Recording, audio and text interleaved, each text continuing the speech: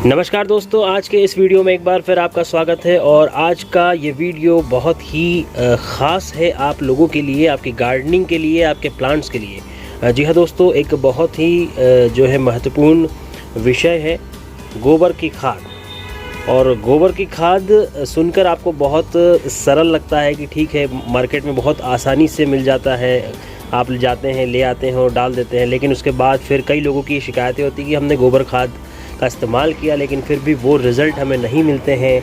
कई बार आपके जो पौधे हैं वो गोबर खाद डालने के कुछ दिन बाद मर जाते हैं, जल जाते हैं। तो उसकी बहुत सारी वजह है, क्या वजह होती है, और फिर आपको ये लगता है कि कहीं गोबर खाद के कोई फ़ायदे नहीं हैं। लेकिन आज हम आपको इस वीडियो में आपके ऐसी बहुत सारे जो सवाल हैं उनके जवाब देने वाले हैं और बताने वाले हैं कि वाकई गोबर खाद होती क्या है और गोबर खाद असली बेस्ट क्वालिटी गोबर खाद कैसे तैयार की जाती है, और उसके जो अगर अच्छे रिज़ल्ट लेने हैं तो उसके लिए क्या कुछ आपको करना पड़ता है। तो आज इस वीडियो को आप एंड तक ज़रूर देखिएगा, स्किप मत कीजिएगा, क्योंकि इसमें बहुत सारी इन्फॉर्मेशन आपको मिलने वाली है। तो चलिए वीडियो की शुरुआत करते हैं।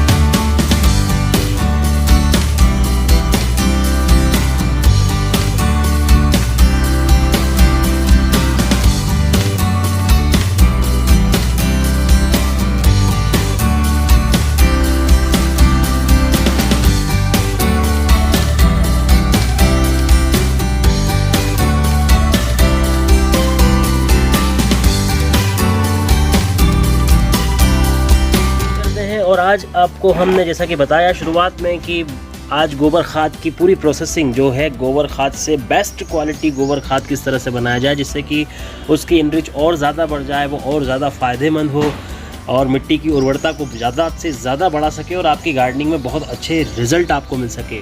तो चलिए हम इस वीडियो में शुरुआत करते हैं, आपको बताते हैं कि किस तरह से आप आपकी बेस्ट क्वालिटी गोबर खाद तैयार कर सकते हैं। और ये पूरी प्रोसेसिंग के लिए हमारा सेटअप आप देख सकते हैं, पूरी तैयारी है मेरी और संजय की, और आज हम आपको बताएंगे। तो दोस्तों देखिए, जो है आप जाते हैं कहीं भी नर्सरी से, आसपास आपके कोई भी ऐसी गार्डन शॉप हो या फिर कहीं से भी जो है गोबर खाद आपको बहुत आसानी से मिल जाता है। लेकिन एक्चुअल में वो खाद नहीं होती है, उसे तो कई आजकल बाज़ार में जो है गोबर को ही गोबर खाद बोल के दे दिया जाता है, क्योंकि सूखा गोबर होता है, वो थोड़ा सा सूख जाता है और उसे खाद समझ लिया जाता है। और इस तरह से देखिए आपको ये डल्ले से बन जाते हैं उसके, और ये हम भी मार्केट से लेकर आए हैं। लेकिन हम इसको बेस्ट क्वालिटी गोबर खाद में किस तरह से तब्दील करते हैं और उसके बाद अपने गार्डन में इस्तेमाल करते हैं, और वीडियोस में जो आप रिज़ल्ट देखते हैं और जो सब्जियां देखते हैं लहलाती हुई ऑर्गेनिक, वो कैसे आती हैं। देखिए, तो इस तरह से गोबर लाने के बाद उसे आप एकदम से इस्तेमाल ना करें, क्योंकि वो बहुत अच्छी क्वालिटी का नहीं होती है वो खाद, क्योंकि उसे तैयार करना होता है। एक ऐसा समय अवधि होती है जिसमें गोबर पूरी तरह से सड़कर पूरी तरह से तैयार होता है, तब जाकर वो असली खाद। इस तरह से जब आप ये गोबर खाद लेकर आए हैं और इस तरह से अगर मान लो कि डल्ले निकल जाते हैं इस तरह से, जैसे कि कंडा ही मान समझ दिखाई दे रहा है ये, तो अब इसे हम कैसे इसकी प्रोसेसिंग करते हैं, शुरुआत कैसे करते हैं, चलिए वो आपको दिखाते हैं।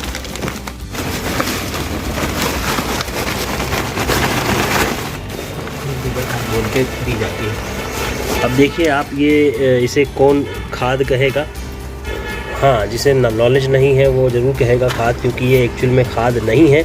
ये पूरा के पूरा सिर्फ गोबर ऐसे के ऐसे सुखा के आपको दे दिया जाता है, क्योंकि अमूमन वो लोग गोबर का ढेर लगा देते हैं और उसी ढेर में से गोबर की जो है बोरियाँ बना दी जाती हैं और उसके खाद के नाम पर बाज़ार में बेच दिया जाता है। तो आप इसकी बेस्ट क्वालिटी खाद कैसे तैयार करेंगे आप इस वीडियो में इसमें आखिर देखिए, गोबर तो अपने आप में वास्तविक है ही है, सच है।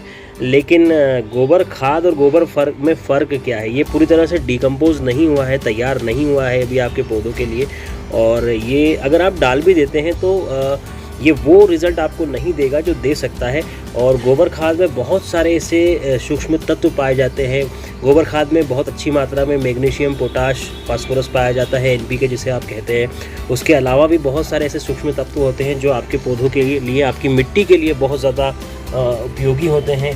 तो इस तरह से पूरी तरह डिकम्पोज ना होने पर ये इस तरह दिखाई देता है। तो इसे कैसे तैयार करना है, चलिए आगे बढ़ते हैं वीडियो में। दोस्तों देखिए, आपको इस तरह से इसके थोड़े थोड़े टुकड़े करना है। आपके पास जो भी उपलब्ध हो कटर, ये हमारा ग्रीन रूफ की जुगाड़ है, ये हमने तैयार करवाया है इसे इस तरह से चॉपिंग करने के लिए। और ये चॉपर आप भी तैयार करवा सकते हैं। और इस तरह से थोड़ा थोड़ा थोड़ा ये सारे जितने जो बड़े बड़े टुकड़े दिखाई दे रहे हैं, अगर आप ये प्रोसेस नहीं करेंगे तो भी बन तो जाएगी, लेकिन फिर उसमें और ज़्यादा समय लगेगा, क्योंकि ये धीरे धीरे ये सड़ना शुरू करेगी, फिर वो बारीक होगी। इससे अच्छा है कि आप पहले उसे महीन कर लें और फिर उसके बाद आगे की प्रोसेस हम आपको दिखाते हैं। और दोस्तों, आप सोच रहे होंगे कि मेहनत कौन करेगा इतनी, तो अगर आप थोड़ी सी मेहनत करेंगे तभी आपको बहुत अच्छे रिजल्ट मिलेंगे। और ये कोई बार बार आपको नहीं करनी पड़ती है, एक बार आपने करी काफ़ी लंबे समय तक आपकी ये खाद चलती है। और दोस्तों, अगर आप अच्छी गुणवत्ता वाली बहुत बेस्ट क्वालिटी की पूरी तरह से डिकम्पोज, पूरी तरह से तैयार अगर गोबर खाद डालते हैं, तभी आपको बहुत अच्छे रिजल्ट मिलते हैं। और उसके अलावा फिर आपको किसी और खाद की, किसी और चीज़ की ज़रूरत नहीं पड़ेगी आपके गार्डन में बहुत ज़्यादा मात्रा में, आप अगर अच्छी क्वालिटी की गोबर खाद का इस्तेमाल करते हैं। इसे महीन कर लेने के बाद फिर आप इसे वापस से बोरी में भर लेते हैं। देखिए,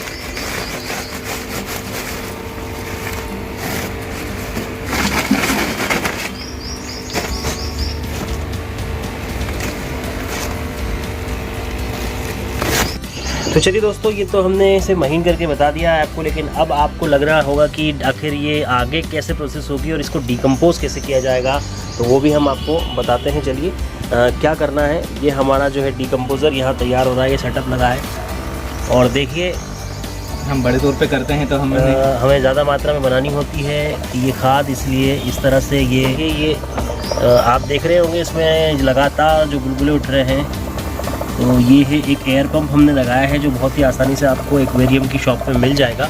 और इसे क्यों लगाया, ताकि इसमें एयर बनी रहे। आपको समय समय पे हमने बताया था, जब ये डिकम्पोज़र बनाना बताया था, तो इसे आप हिलाते रहें 2 बार सुबह शाम।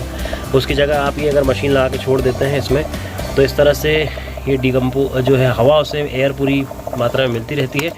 चलिए, इसका इस्तेमाल बताते हैं हम कैसे करते हैं। इसमें से आपको ये डिकम्पोज़र लेना है।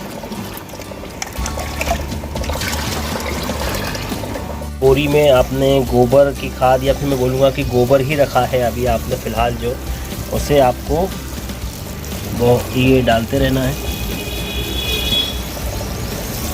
अच्छी तरह से, जो है पूरा नीचे तक उसे मिल जाए और गीला हो जाए पूरा, इसमें नमी बन जाए। इस तरह से आपको ये इसमें डिकम्पोज़र डालना है। हम आपको ये प्रोसेस बता रहे हैं, लेकिन हमने सब चीज़ें पहले से हमारे पास तैयार है, क्योंकि हम ये हमेशा बना कर रखते हैं हमारे प्लांट्स के लिए भी। और हमारे कुछ रेगुलर ऐसे कस्टमर भी हैं जो हमसे ये बेस्ट क्वालिटी गोबर खाद लेकर जाते हैं।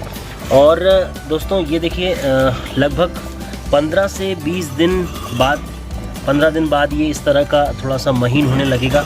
और ये सड़ना अब लगभग शुरू हो चुकी है। आपने इसके पहले आप देखें कि ये जो है बहुत ज़्यादा पुराना नहीं है ये गोबर, और इसे आपने महीन किया, फिर ये इस तरह से धीरे धीरे ये अब ये काला पड़ने लगा है। काले को निकाल के देख लेते हैं। इसे भी हम आपको निकाल के ये देखिए, हमने आपको जो पहले बताया था, और ये आप देखें किस तरह से सड़ना शुरू हो चुका है, काला पड़ने लगा है। अब हम बोल सकते हैं कि ये धीरे धीरे अब गोबर की ये जो है खाद अब तैयार होने वाली है आपके डिकम्पोज़र के साथ। ये खाद होगी, लेकिन अभी भी दोस्तों, ये इसे हम खाद नहीं मानेंगे, पूरी तरह से अभी ये तैयार नहीं है, इसे अभी और समय लगना है। वही प्रोसेस जो आपको है, डिकम्पोज़र डालते रहना है, धीरे धीरे उसको हिलाते रहना है, उसमें हवा थोड़ी थोड़ी जाती रहे उस हिसाब से। उसके बाद फिर आपको हम फाइनल रिजल्ट भी बताते हैं। अब दोस्तों, ये देखिए, आप लगभग 30 दिन, लगभग 1 महीना बीत जाने के बाद इस तरह से ये तैयार होने लग जाती है। ये 30 दिन बाद का रिज़ल्ट है। अगर आप ये प्रोसेस जो करते हैं उसके बाद बिल्कुल पाउडर हो जाने, ये पूरी तरह से पाउडर हो जाती है, भुरभुरी, बिल्कुल हल्की भुरभुरी होती है। इस तरीके से निकाल के देखिए। ये देखिए, ये और 5 दिन बाद, यानी कि 35 दिन बाद, 30-35 दिन, 1.5 महीने के आसपास अंदर का समय और फिर ये यहाँ तक इस तरह से। दोस्तों ये है फाइनल रिज़ल्ट। ये लगभग 45 दिन के बाद इस तरह का रिज़ल्ट मिलता है और अब हम बोल सकते हैं ये है बेस्ट क्वालिटी की गोबर खाद। और ये आप अगर देखेंगे, अभी आप वीडियो में आप महसूस तो नहीं कर पाएंगे, लेकिन इसमें बिल्कुल भी स्मेल नहीं होती, बदबू नहीं होती। अगर आप इसे हाथ में लेते भी हैं आपको ऐसा लगता है जैसे कि मिट्टी हो। ये पूरी तरह से मिट्टी बन जाता है। ये ऐसा रिसाइकल नेचर का है और ये ऐसी बेस्ट क्वालिटी। अब ये खाद पूरी तरह से तैयार है और इसमें भी लाने के बाद 45 दिन बाद जब तक ये आपके पास है, आप इसे धीरे धीरे हल्का हल्का कैसे इसमें प्रोसेस करनी है वो भी हम आपको बताते हैं। जी ये इस तरह से जो आप ये प्रक्रिया कर रहे हैं, क्या है इसका कारण, क्या है, क्या फ़ायदा होता है इससे? एक्चुअली गोबर खाद जो रहती है वो बनती है एरोबिक प्रोसेस से। अब एरोबिक बैक्टीरिया जो रहते हैं वही इसको सड़ाते हैं। तो बार बार इस खाद को चलाने का से ये फ़ायदा रहता है कि एयर सर्कुलेशन होते रहता है इसमें। अच्छा। और जो एरोबिक बैक्टीरिया रहते हैं वो जल्दी अपना काम करते हैं और इस खाद को बनाने में जो स्टेप रहती है, प्रोसेस रहती है, वो जल्दी हो जाती है। ओके। और बार बार चलाने से ये इसमें ये रहता है कि ये बिल्कुल बढ़िया चाय पत्ती की तरह भुरभुरी खाद बन जाती है। और फिर ये जब इसे आप पौधों में डालते हैं तो इसका बहुत ही अच्छा रिजल्ट। अब इसे छूने पर भी हमें कोई गर्मी महसूस नहीं हो रही है, मतलब ये बिल्कुल ठंडी खाद हो चुकी है। तो जो प्रॉब्लम जो आती है कि गोबर खाद फुल्ली डिकम्पोज ना हो, तो क्या होता है, तो जब इसकी डिकम्पोजिशन की प्रोसेस रहती है उस टाइम इसमें से मीथेन गैस निकलती है। ओके। तो वही पौधों की जड़ों को जला देती है। तो अगर वो फुल्ली डिकम्पोज नहीं होगा तो पहले वो गोबर की खाद रहेगी, वो गमलों में जाकर पहले सड़ना चालू होगी और सड़ने के बाद फिर वो खाद बनती है। तो उस बीच में जो उस गमले में लगा हुआ पौधा जो रहता है वो जल जाता है। बिल्कुल। और संजय, अभी आप बात कर रहे थे पहले जब वीडियो बनाना शुरू नहीं किया उसके पहले आपने बताया था कि इसकी इनरिच बढ़ाने के लिए भी कुछ तरीके होते हैं। ये तो बेस्ट क्वालिटी अपने आप में बन ही चुकी है, लेकिन इसे और ज़्यादा बेहतर अगर बनाना हो तो उसके लिए क्या किया जाता है, क्या बता रहे थे आप? इसके लिए फिर जैसे आप एक नॉर्मल सी गोबर खाद रहती है उसमें नाइट्रोजन कंटेंट तो ज़्यादा रहता ही है। अब कुछ होता है कि उसमें फलदार पौधों के लिए आप अलग से उसमें पोटाश या फॉस्फोरस डालते हैं। तो उसके लिए हम क्या करते हैं, हम गोबर खाद बनाते टाइम पे ही उसमें पोटाश और फॉस्फोरस के लिए जो चीज़ें रहती हैं वो डाल देते हैं। चलिए वो भी हम दिखा देते हैं हमारे दर्शकों को। इस संजय लेकर आए हैं, कुछ बताएंगे संजय इसके बारे में? हमारा रॉक फॉस्फेट है। ये रॉक फॉस्फेट होने से क्या होता है कि ये हम हमारी इस गोबर खाद को इनरिच बनाने के लिए ही इसमें मिला देते हैं। तो ये इसमें पोटाश की पूर्ति कर देता है। संजय, हमारे जो है दर्शक, हमारे सब्सक्राइबर ये भी कहीं ना कहीं जानना चाहेंगे रॉक फॉस्फेट क्या चीज़ होती है? रॉक फॉस्फेट एक टाइप से एक चट्टान ही रहती है जो अधिकतर राजस्थान और मध्य प्रदेश के कुछ इलाकों में पाई जाती है, जो नेचुरल तौर पर एक मिनरल है। तो इस मिनरल की मात्रा ये जो चट्टान रहती है उसके पाउडर में रॉक फॉस्फेट मतलब फॉस्फोरस की मात्रा बहुत रहती है। ओके। तो ये अगर आप अपनी गोबर खाद में मिला दें तो ये नेचुरल सोर्स है, मतलब ये ऑर्गेनिक सोर्स हो गया है आपके पौधों के लिए पोटाश और फॉस्फोरस का। इसे भी हम इससे अच्छी तरह से मिला देंगे। पूरी तरह से मिल जाएगा ये इसमें।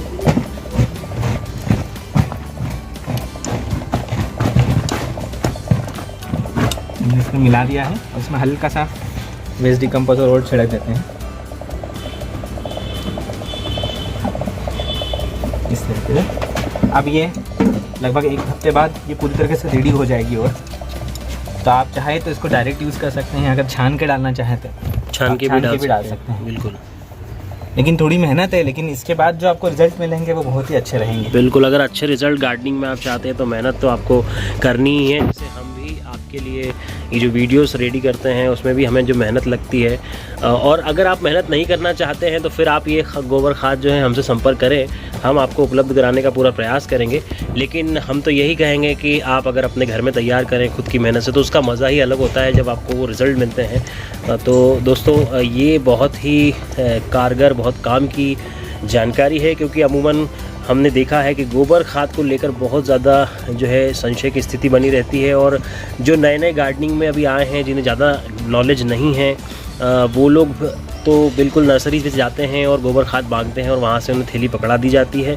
और क्या बताएं, अब संजय भी कुछ थोड़ा संजय बताएं आप भी कि क्या क्या हमने भी एक्सपीरियंस किया है आखिर, और ये बहुत अनुभव के बाद ही ये वीडियो हम आपके लिए तैयार कर रहे हैं। एक्चुअली जो किसान रहता है वो तो जानता ही है कि गोबर खाद का यूज़ किस तरीके से करना है, कब नहीं डालना है। लेकिन जो नौसिखिए रहते हैं और जो गार्डनिंग में, क्योंकि शहरों में गोबर मिलना मुश्किल हो जाता है, बिल्कुल। तो गोबर खाद तो मिलना और भी मुश्किल हो गया, खास बात। तो वहाँ के क्या करते हैं, जो नर्सरीज और गार्डनिंग वाले रहते हैं, वो कहीं से गोबर का ढेर में से ही गोबर उठा लेते हैं और उनकी बोरियाँ बना के रख देते हैं, और थोड़े दिनों बाद उसको ही गोबर खाद के रूप में बेचना चालू कर देते हैं। तो एक्चुअल में जो गोबर खाद रहती है पूरी आपको चाय पत्ती की तरह काली दिखेगी, उसमें गोबर का अंश कहीं पे भी नहीं दिखाई देगा। और देखिए, आपको अगर आसानी से आसपास आपके कहीं गोबर भी मिल जाता है और उसे लाकर भी, और ये बड़ी मात्रा में आप जितना चाहें, जितनी खाद बनाना चाहें, आप कम मात्रा में, अगर आपके पास कम प्लांट है, आप थोड़ी सी मात्रा में बनाना चाहें तो आप थोड़ा सा गोबर आप लेकर आ जाएं कहीं से और उसे भी आप खाद में तब्दील कर सकते हैं। ज़रूरी नहीं कि आपको नर्सरी पे जाकर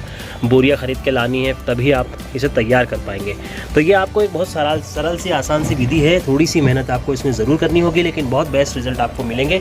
तो आज के इस वीडियो में इतना ही। एक और जानकारी, फिर कुछ नई जानकारी के साथ हम हाजिर होंगे नए वीडियो लेकर। तब तक आप देखते रहिए ग्रीन रूफ चैनल को, सब्सक्राइब ज़रूर कीजिए, लाइक कीजिए, कमेंट बॉक्स में ज़रूर बताइए अगर आप भी गार्डनिंग से रिलेटेड कुछ आपकी समस्याएं हैं जिनके आप समाधान चाहते हैं, आप चाहते हैं कि हम उस पर वीडियो बनाएं, तो हम ज़रूर पूरा प्रयास करेंगे आपके लिए। आप कमेंट बॉक्स में ज़रूर बताइएगा। फिलहाल इस वीडियो में इतना ही।